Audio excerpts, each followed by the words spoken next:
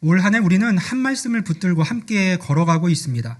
너희도 성령 안에서 하나님이 거하실 처소가 되기 위하여 그리스도 예수 안에서 함께 지어져 가느니라. 자, 함께 지어져 간다는 것, 이 말이 얼마나 아름다운지 우리는 알고 있습니다. 서로 다른 사람들이 모여 한 몸으로 세워져 가는 그 그림이요, 생각만 해도 가슴이 따뜻해집니다. 그런데 오늘 바울은요, 우리를 잠시 예배실 밖으로 데리고 갑니다. 아니, 어쩌면 더 선명한 예배가 있어야 할 삶의 자리로 우리를 데려가죠. 가장 개인적으로 은밀하고 또 가장 일상적인 현장, 바로 가정으로 우리를 초청합니다. 가정, 이 단어 앞에서 우리의 마음은 저마다 다를 수 있습니다. 어떤 분은 따뜻한 기억이 먼저 떠오를 거예요. 또 어떤 분은 아직 아물지 않은 상처가 조용히 올라올지도 모릅니다. 어떤 분은 지금도 풀리지 않는 갈등과 피로함이 있어서 오늘 본문 말씀이 오히려 무겁게 다가올 수도 있습니다. 가정의 모양은 저마다 다릅니다. 그러나 오늘 이 말씀은요, 그 모든 자리에 앉아있는 우리 모두를 향해서 주어진 말씀입니다. 바울은 지금 단순히 결혼 생활에 지침을 주려고 하는 것이 아닙니다. 그 지침 뒤에 있는 더 크고 더 놀라운 것을 말하려고 합니다. 하나님이 처음부터 결혼이라고 하는 이 제도 안에 감추어 두신 거대한 비밀에 대한 것을 우리에게 알려주려 합니다. 이 비밀 앞에 서게 되면요, 우리는 가정을 이전까지와는 조금 다르게 볼 수 있게 됩니다. 맺어진 그 관계를 다르게 살게 됩니다. 그리고 함께 지어져 감이 이 교회 안에서만 이루어지는 일이 아니라 또 다른 작은 교회, 우리의 집, 거실과 침실과 식탁에서도 이루어지는 일이다라는, 그 거룩한 일이다라는 사실을 우리는 알게 됩니다. 우리 함께 오늘 그 비밀 속으로 같이 들어가 보도록 하겠습니다. 바울은 남편과 아내의 이야기를 시작하기 전에 한 문장을 먼저 말합니다. 이 한 절이요, 이후에 이제 등장하고 펼쳐지게 될 모든 관계 명령의 기초입니다. 이걸 기억하세요. 우리 21절 말씀을 보면 그리스도를 경외함으로 피차 복종하라. 아멘. 그리스도를 경외함으로 피차 복종하라. 자, 이 말씀이 이후에 나올 모든 관계 명령의 기초예요. 자, 그리고 조금 앞으로 한번 가보도록 하겠습니다. 18절에서 바울은 이렇게 명령을 합니다. 술 취하지 말라. 이는 방탕한 것이니 오직 성령으로 충만함을 받으라. 아멘. 자, 성령으로 충만함을 받으라. 이렇게 말씀하신 다음에 바로 이후로 이어지는 19절부터 이어지는 말씀에서 바울은요, 이 성령 충만한 삶이 어떻게 이루어지고 또 어떤 모습으로 나타날 수 있고 또 어떻게 만들어져 가는지를 5가지의 현재 분사로 설명을 합니다. 우리 한글 개역 성경으로 보면 이렇게 말씀이 되어 있는데요. 우리 19절과 20절 말씀을 봅니다. 시와 찬송과 신령한 노래들로 서로 화답하며 너희의 마음으로 주께 노래하며 찬송하며 범사에 우리 주 예수 그리스도의 이름으로 항상 아버지 하나님께 감사하며.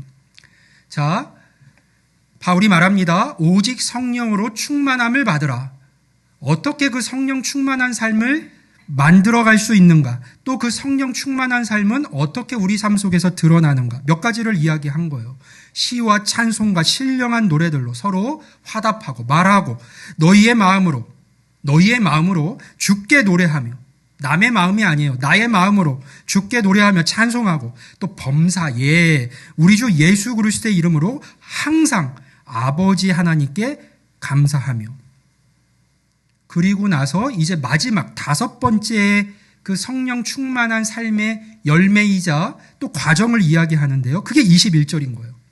무엇입니까? 그리스도를 경외함으로 피차 복종하라. 여기서 복종이라고 하는 단어는 원어로 히포타소라고 하는 말이 쓰였는데요. 이것은 군대적 용어입니다. 무슨 말이냐 하면 질서 아래 자신을 배치한다라는 뜻을 가지고 있어요. 군대에는 질서가 있잖아요. 그 질서 아래 나 자신을 스스로 배치하는 겁니다. 그게 복종이에요. 자, 기억하세요. 성령 충만의 5번째 지표가 무엇인지를 보십시오. 그것은 방언이나 어떤 신비로운 체험이 아닙니다.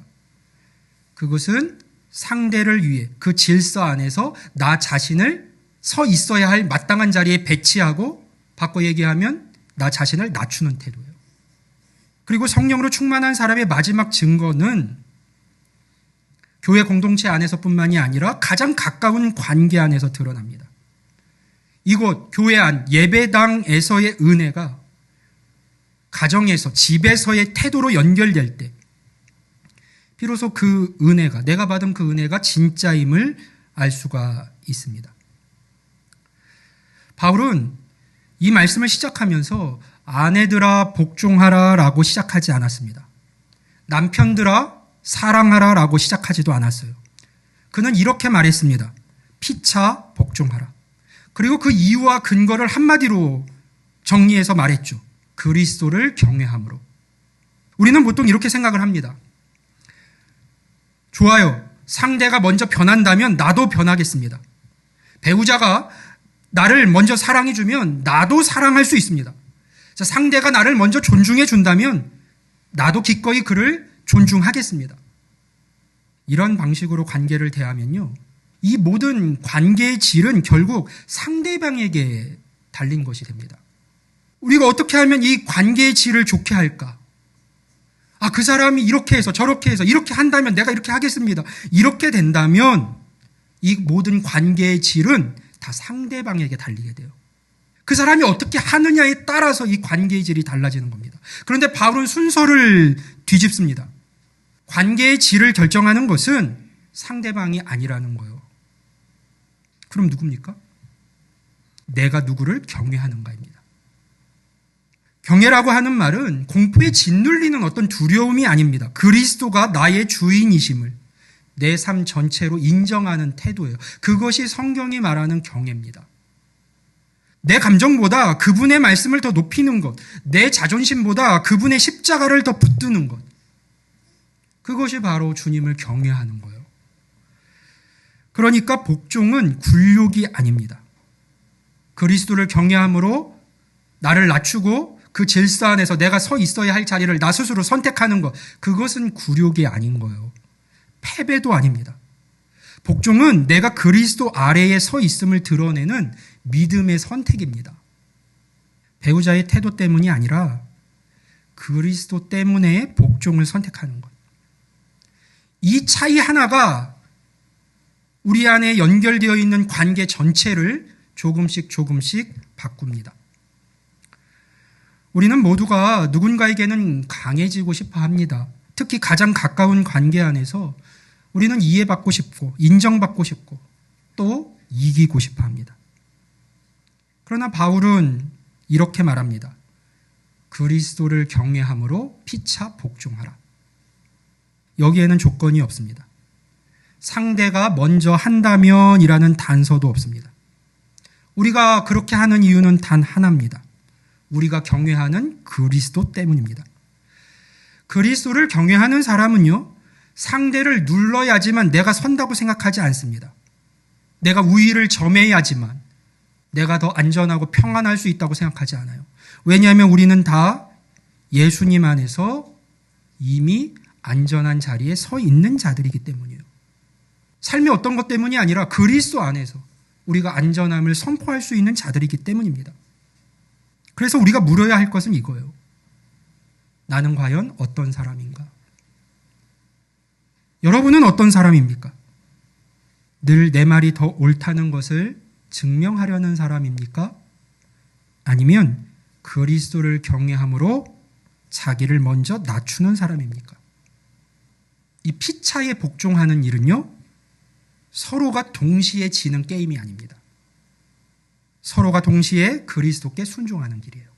가족 구성은 모두가 그리스도를 경외할 때 그 가정에는 세상이 만들어낼 수 없는 평화가 비로소 자리 잡기 시작합니다. 오늘 말씀은 알겠습니다. 내가 먼저 변하라는 말씀이죠. 그렇게 내가 변하면 상대도 변할 것이라고 하는 어떤 확정된 계산이 아니라 다만 그리스도 앞에서 내가 어떻게 서 있는가를 묻습니다. 내가 어떻게 서 있는가? 이것이 오늘 본문의 출발점이에요. 함께 지어져 감은 바로 여기서 이 출발점에서 시작이 됩니다. 바울은 21절에서 이 피차 복종이라고 하는 큰 문을 열어놓은 뒤에 이제 그 안에서 남편과 아내의 자리를 구체적으로 말합니다. 먼저 아내들에게 이야기를 하는데요. 우리 22절 말씀입니다. 아내들이여 자기 남편에게 복종하기를 주께 하듯 하라. 아멘. 자기 남편에게 복종하기를 주께 하듯 하라. 이 말씀은요, 오랫동안 오해되어 왔습니다. 그래서 이 말씀이 무엇을 말하는지, 그리고 무엇을 말하지 않는지를 먼저 분명히 볼 필요가 있습니다. 먼저 이 말씀의 핵심은 복종하라가 아니에요. 이 말씀의 핵심은 주께 하듯입니다. 이 말은 남편을 절대화하거나 주님과 같은 자리에 놓는 말이 아닙니다. 남편에게 복종하기를 주께 하듯 하라. 남편을 주님이 서 계신 자리에 같은 선상에 두라는 말은 아니에요. 주께 하듯이라는 말이 의미하는 것은 가정의 질서 안에서 그 자리가 주님으로부터 위임되어 있다는 뜻입니다. 그 사람이 높아서 그 자리에 서 있는 게 아니라 주님께로부터 위임되어 있다는 의미예요. 따라서 남편의 모든 말이 다 옳다는 뜻도 아닙니다. 복종의 기준은 남편이 아니라 그 자리를 위임하신 주님이십니다. 그러니까 주님을 향한 신뢰가 가정 안에서 내 믿음의 태도로 흘러가는 것이죠. 이 말씀이요, 어디에서부터 시작되었는지를 우리가 다시 한번 생각해 보아야 되는데, 이 모든 이야기들이 어떤 말씀을 출발점으로 해서 시작했다고 했습니까? 그리스도를 경외함으로 피차 복종하라. 자, 그런데 이 원어로 보면요, 이게 21절에 있는 말씀인데요, 22절 우리가 읽었잖아요. 아내들이여 자기 남편에게 복종하기를 주께 하듯 하라. 그런데 원어로 보면 이 22절에는 사실 복종하라고 하는 동사 자체가 없습니다. 그러니까 이 말씀을 원어 그대로 읽으면 아내들이여 자기 남편에게 주께 하듯 하라예요. 그러면 이 복종하라는 말은 어디에서 왔습니까? 21절에 있는 피차 복종하라에 있는 그 동사를 이 22절이 지금 이어받은 겁니다.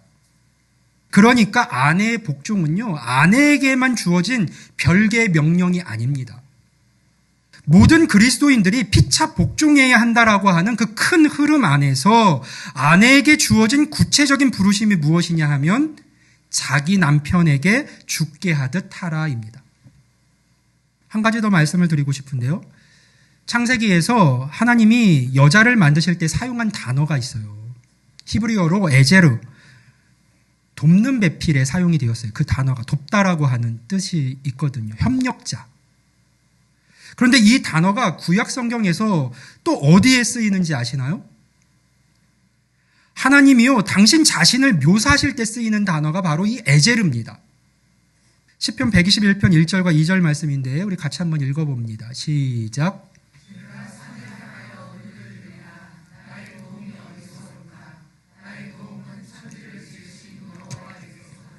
아멘.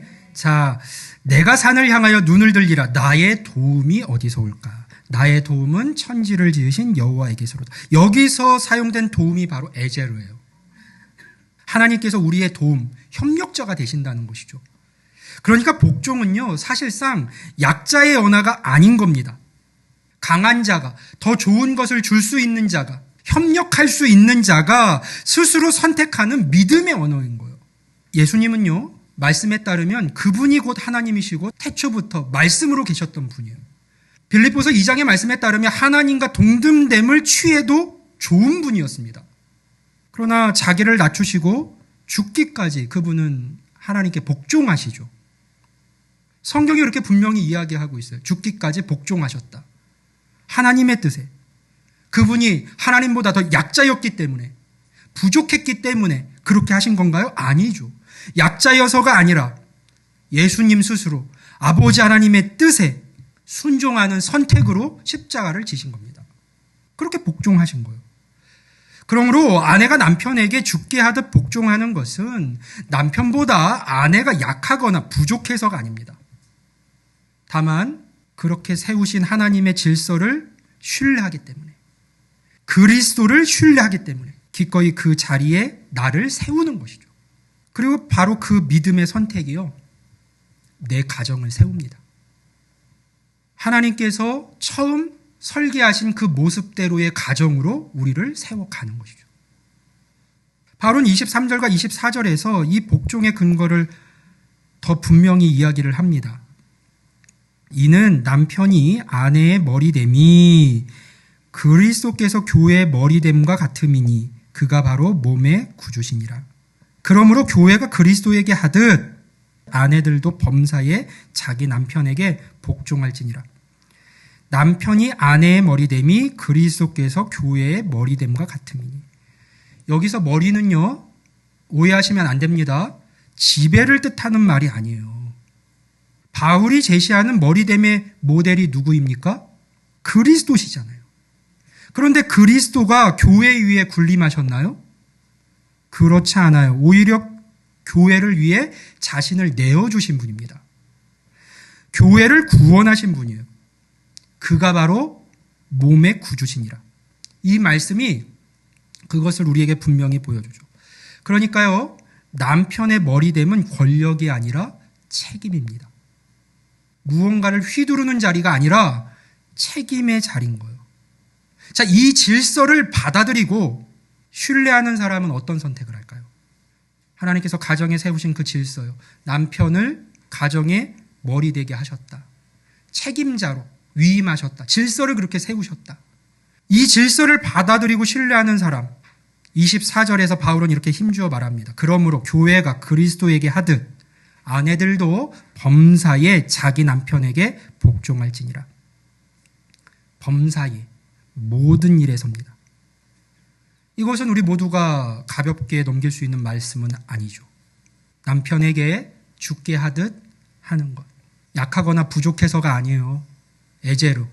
하나님께서 협력자로, 이 가정을 함께 잘 세워갈 협력자로 나를 두셨기에, 돕는 이로 나를 두셨기에 남편에게 죽게 하듯 하는 것. 그것은 남편이 완벽해서가 아니라 하나님의 뜻을 신뢰하기 때문에 걸어가는 믿음의 여정입니다. 바울은 이 말을 한 뒤에요, 이제 곧바로 남편에게로 시선을 돌립니다. 그리고 남편에게는 훨씬 더 길고 무거운 말씀을 주십니다. 아내에게는 3절이 할애됐거든요. 남편에게는 6절이 할애되었어요. 뒤까지 보면 사실상 9절이기도 합니다. 요약하면 아내를 사랑하라는 것이죠. 아내의 복종과 남편의 사랑은 처음부터 함께 설계된 것이기 때문에 따로 떼어놓아서 말할 수가 없습니다. 자, 그렇다면 아내를 향한 남편의 사랑의 기준은 무엇일까요? 남자들 같이 한번 읽어볼까요? 시작.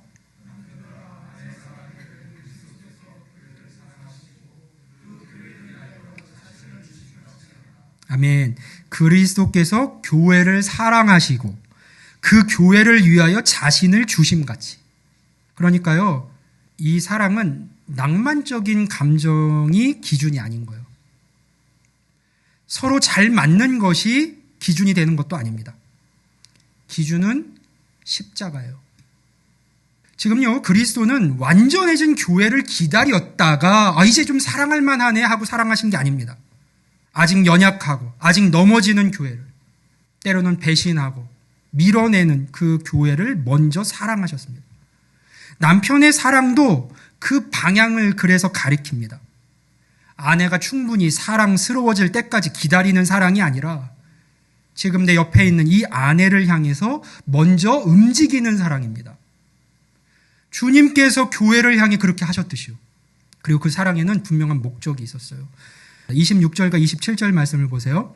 이는 곧 물로 씻어 말씀으로 깨끗하게 하사 거룩하게 하시고, 이거 지금 남편들에게 하신 말씀이에요. 아내를 사랑하라고 하신 뒤에 하시는 말씀입니다. 이는 곧 물로 씻어 말씀으로 깨끗하게 하사 거룩하게 하시고 자기 앞에 영광스러운 교회로 세우사 티나 주름 잡힌 것이나 이런 것들이 없이 거룩하고 흠이 없게 하려 하심이라. 주님께서 교회를 왜 사랑하셨는가? 이렇게 교회를 만들려고 하셨다는 거예요. 거룩하게 하시고 티나 주름 잡힌 것이 없이 영광스러운 교회로 세우려 하심이라. 그리스도의 사랑은요, 교회를 그대로 두는 사랑이 아닙니다. 교회를 더 아름답게 세워가는 사랑입니다. 방치하는 사랑이 아니라 더 아름답게 세워가는 사랑이에요. 그러므로 남편의 사랑도 단순히 아내를 보호하고 가정을 지키는 것을 넘어서야 합니다. 아내를 하나님 앞에서 더 영광스럽게 세워가는 사랑이어야 합니다. 아내를 작게 만드는 사랑이 아니라 움츠러들게 만드는 사랑이 아니라 아내를 키우고 존귀하게 만드는 사랑이어야 합니다.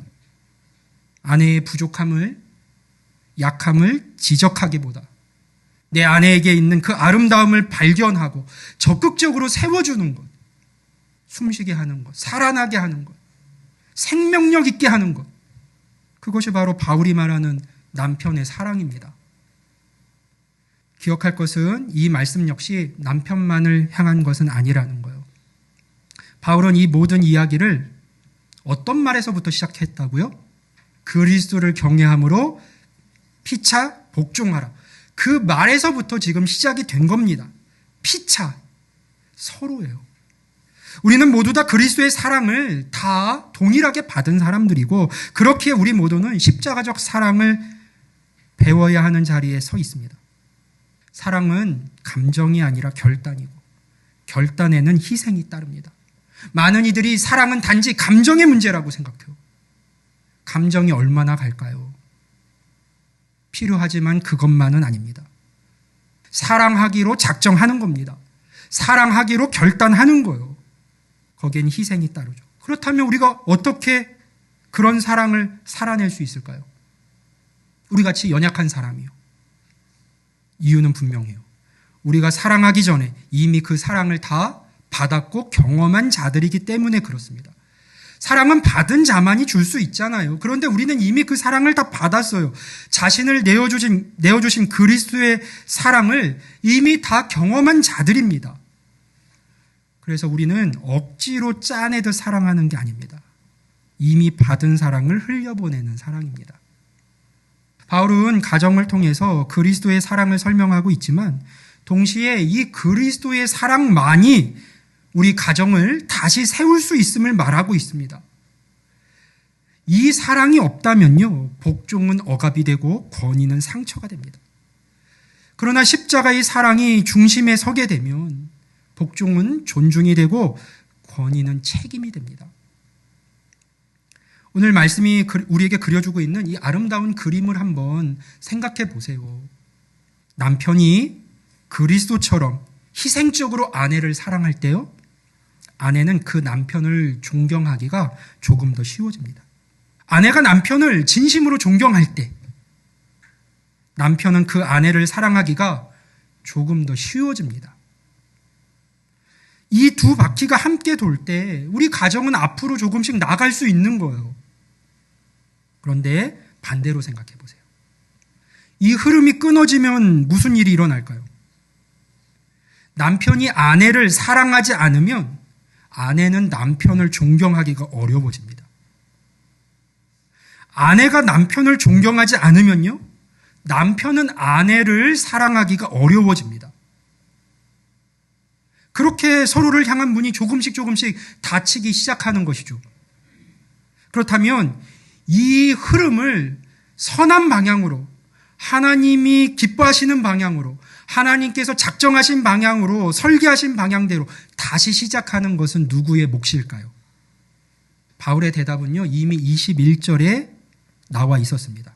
그리스도를 경외함으로 피차 복종하라. 그러니까 그리스도를 경외하는 사람이 먼저 시작합니다. 그럴 수밖에 없는 거예요. 그리스도를 경외하는 사람이 먼저 시작할 수밖에 없어요. 상대가 변할 때까지 기다리는 것이 아니라 그리스도를 경외하는 내가 먼저 움직이는 겁니다. 이제 바울은 남편과 아내의 이야기를 마무리하면서요, 갑자기 우리를 창세기로 데리고 갑니다. 우리 31절 말씀을 볼까요? 에베소서 5장 31절입니다. 그러므로 사람이 부모를 떠나 그의 아내와 합하여 그 둘이 한 육체가 될지니. 아멘. 자, 이 말씀은요, 창세기 2장 24절에 있는 말씀을 그대로 가지고 온 말씀입니다. 이 말을 한 후에 바울은 이어서 바로 이렇게 말해요. 32절을 보면 이 비밀이 크도다 나는 그리스도와 교회에 대하여 말하노라. 그러니까 지금까지 가정생활에 대한 이야기를 한 바울이요, 우리를 창세기로 데리고 갔다가 이 비밀이 크다라고 하면서 나는 그리스도와 교회에 대해서 말했다라고 이야기하는 것이죠. 많은 분들이 이 과정을 보면서 이렇게 이해합니다. 아, 바울이 결혼을 설명하다가 이제 그리스도와 교회를 예시로 들었구나. 이 가정을 그리스도와 교회의 관계로 끌고 와서 우리에게 지금 설명해 주려고 하는 거구나. 이렇게 생각을 합니다. 그런데 바울이 말하는 것은요, 지금 정반대예요. 이 결혼을 통해서 그리스도와 교회를 설명하는 게 아니라 그리스도와 교회의 연합이 이 우리 가정생활, 결혼의 원형이다라고 지금 말하고 있는 겁니다. 하나님은 창세기 2장에서 이 결혼을 만드실 때 이미 그리스도와 교회를 마음에 품고 계셨어요. 이 결혼은 나중에 이 복음을 설명하기 위해서, 그리스도와 교회의 관계를 설명하기 위해서 가져온 도구가 아닙니다. 처음부터 애초에 그리스도와 교회와의 연합을 담도록 설계된 그릇이 있었는데 그것이 바로 결혼이고 가정인 거예요. 바울은 지금 이것이 큰 비밀이라고 말하는 거예요. 이것이. 성경에서 비밀이라고 하는 것은 사람이 혼자서는 알아낼 수 없지만 하나님이 때가 되었을 때 드러내신 그 구원의 계획을 의미합니다. 그러니까 바울은 지금 그 비밀의 베일을 걷어올리고 있어요. 하나님이 처음부터 그리스도와 교회의 연합을 마음에 품으셨고 그 연합됨의 모습을 결혼이라고 하는 제도 안에 새겨두셨다는 겁니다. 그 흔적이요, 성경에 우리 첫 장 창세기에 잘 기록되어 있고 이미 새겨져 있습니다. 아담이요, 잠들어 있을 때 그의 갈빗대로 아내 하와가 만들어졌잖아요. 그리스도께서 죽으신 뒤에 옆구리에서 피와 물이 흘러서 교회가 탄생했습니다. 아담이 하와를 처음 봤을 때요, 내 뼈 중에 뼈요, 내 살 중에 살이로다, 그렇게 고백을 했습니다. 그리스도께서는 신부된 우리를 향해서, 교회를 향해 너희는 내 몸이다라고 말씀을 하십니다. 이것은 우연이 아닌 거예요. 하나님이 처음부터 그렇게 설계하신 겁니다. 인류 최초의 결혼식은 에덴에서 있었습니다. 그리고 성경의 가장 마지막 장인 요한계시록, 그곳에서 모든 것은요, 혼인잔치로 완성이 됩니다. 처음이 결혼으로 시작해서 마지막에 혼인잔치로 끝나요. 완성돼요. 어린 양의 혼인잔치. 거기서는 상처도 없고 눈물도 없고 깨어진 관계도 없습니다. 신랑 대신 그리스도께서 신부인 그 영광스러운 교회를 맞이하십니다. 이 비밀을 알고 나면 가정을 보는 우리의 눈이 달라집니다. 가정은 그저 남자와 여자가 만나서 두 사람이 함께 하고 또 가족을 이루고 살아가는 공간이기도 하지만요, 그것보다 더 깊은 것을 담고 있습니다. 가정은 그리스도와 교회의 연합을 세상 가운데 보여주는 자리입니다. 부부가 서로를 사랑하고 존경할 때 세상은 그리스도의 사랑을 보게 돼요. 갈등 중에도 서로가 용서하고 또다시 힘을 내서 가까워질 때 세상은요, 우리 가운데 허락된 이 복음의 능력을 보게 됩니다. 그러니까 우리의 가정은 세상 가운데 선포하는 또 하나의 메시지이자 설교인 거예요. 그리스도와 교회의 이 연합이, 관계가 얼마나 귀하고 아름다운지를 세상 가운데 드러내는 복음의 역사인 겁니다. 그리고 바울은 33절에서 거대한 이 신앙 논의를 다시 일상의 자리로 또 끌고 들어오거든요. 창세기 이야기도 하고 이것은 교회와 그리스도에 대한 이야기다, 막 이런 신학적인 큰 이야기를 한 후에 또 끝은 다시 삶의 일상으로 끌고 들어와요. 각각 자기의 아내 사랑하기를 자신같이 하고 아내도 자기 남편을 존경하라. 하나님께서 보여주신 이 하늘의 비밀이요, 우리의 땅의 일상이 되어야 한다는 거예요.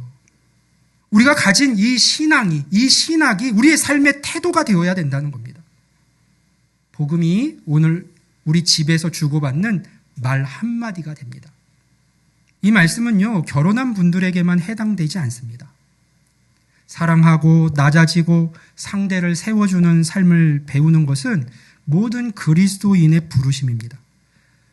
각 가정의 현장만 다를 뿐 그리스도를 닮아가는 과정은요, 모든 관계 안에서 동일하게 이루어지는 거예요. 그래서 바울은 지금 남편과 아내를 통해서 이야기한 이 사랑과 존중의 원리를 더 확장시켜서 이제 말합니다. 제가 이 말씀 뒤에 바로 이어지는 말씀을 읽어드려 볼게요. 부모 공경과 자녀 양육에 관한 말씀입니다. 제가 선언하겠습니다. 자녀들아, 주 안에서 너희 부모에게 순종하라. 이것이 옳으니라. 내 아버지와 어머니를 공경하라. 이것은 약속이 있는 첫 계명이니 이로써 내가 잘되고 땅에서 장수하리라. 또 아비들아, 너희 자녀를 노엽게 하지 말고 오직 주의 교훈과 훈계로 양육하라. 아멘. 부모를 공경하라. 자녀들은 주의 교훈과 훈계로 양육하라. 그런데 이 말씀 또한 우리가 물을 수 있잖아요. 우리 각자의 상황은 다 다른데 이런 상황에서 우리는 어떻게 그럼 선택하고 어떤 태도를 보여야 됩니까? 물을 수 있어요. 그것에 대한 답 역시 21절에 그 기준이 있어요. 그리스도를 경외함으로 피차 복종하라. 그 말씀 위에서 사랑과 존중으로 서로를 대할 때, 모든 가족 구성원을 대할 때 비로소 그 안에서 하나님의 뜻이 이루어지고 이 가정을 이 땅 가운데 두신 하나님의 그 아름다운 설계도, 천국 가정으로서의 변화를 경험해 갈 수 있는 것이죠.